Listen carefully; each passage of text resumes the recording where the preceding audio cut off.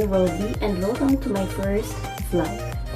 For today's video, we're going to discuss about faults and its importance in the field of engineering construction. So, I hope at the end of this video, I will able to help you to give some ideas and thoughts about what is faults, what are the types of faults, and what is the importance of faults in the field of engineering construction.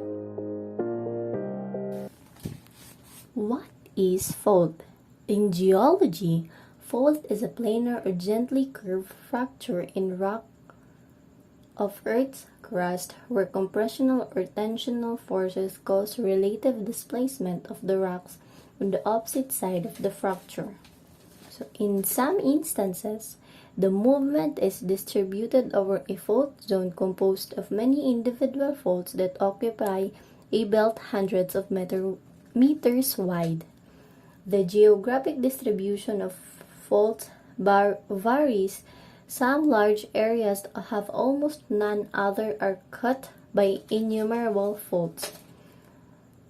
On the other hand, faults may be vertical, horizontal or inclined at any angle.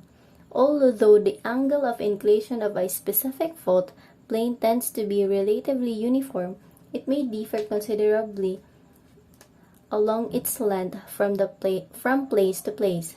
When rocks slip past each other in faulting, the upper or overlaying block along the fault plane is called the hanging wall or head wall, while the block below is called the footwall. The footwall strike is the direction of the line of intersection between the fault plane and Earth's surface.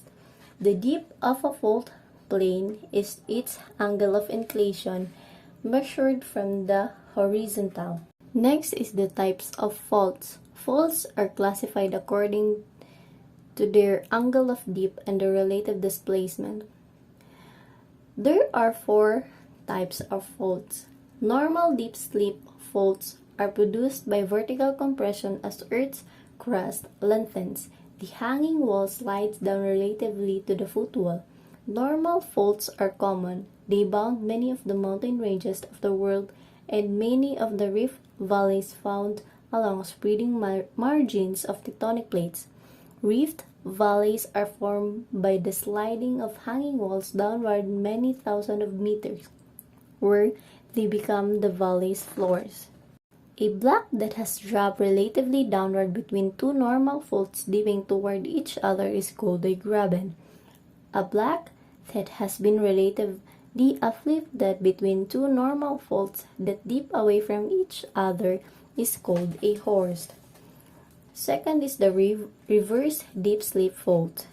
Result from horizontal compressional forces caused by a shortening or contraction of Earth's crust. The hanging wall moves up and over the footwall. Thrust faults are reversed faults that dip less than 45 degrees. Thrust faults with a very low angles of dip and a very large total displacement are called overthrust or detachment. These are often found in intensely deformed mountain belts. Large thrust faults are characteristic of compressive tectonic plates boundaries such as those created the Himalayas and the subduction zone along the west coast of South America. The third one is the strike slip, or also called as transcurrent wrench or lateral. Faults are similarly caused by horizontal compression, but they released their energy by rock displacement in a horizontal direction almost parallel to the compressional force. The fault plane is essentially vertical and the relative slip is lateral along the plane. These faults are widespread. Many are found at the boundary between converging oceanic and continental tectonic. The well-known terrestrial example includes the San Andreas Fault, which, during the San Francisco earthquake of 1906, had a maximum movement of 6 meters, and the Anatolian fault, which during the Izmir earthquake of 1999 moved more than 2.5 meters. The last one is the oblique slip faults, have a simultaneous displacement up or down the dip and along the strike. The displacement of the blocks on the opposite sides of the fault plane usually is measured in relation to sedimentary strata or other stratigraphic markers such as veins and dikes. The movement along a fault may be rotational, with the offset blocks rotating relative to one another. The next is the importance of fault. So all in all, fault has an important role in engineering construction due to its various dangerous as well as useful effects. And these are briefly given. Faults cause considerable damage to rocks and are therefore real hazards in mining and engineering works. Second is fault breccia and fault gauge have low strength and are poor foundation materials. This is additional difficulty and additional expenditure in excavation since fractured rocks are difficult to handle. Earthquakes and landslides are likely to be triggered by faults. Some faults zone from potential oil traps, filling big reservoir behind dams across river valleys may trigger movements along fault plains leading to earthquake.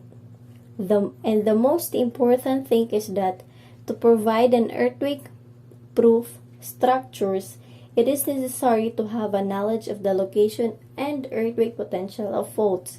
This is for particular importance in locating sites for dams and reservoir, hydropower structures, underground power, nuclear power stations, tunnels, public buildings, school and colleges buildings, and etc. And that's it for today's video. I hope you enjoy and you've learned a lot. Ingat lagi, God bless, and see you in our next vlog. Bye!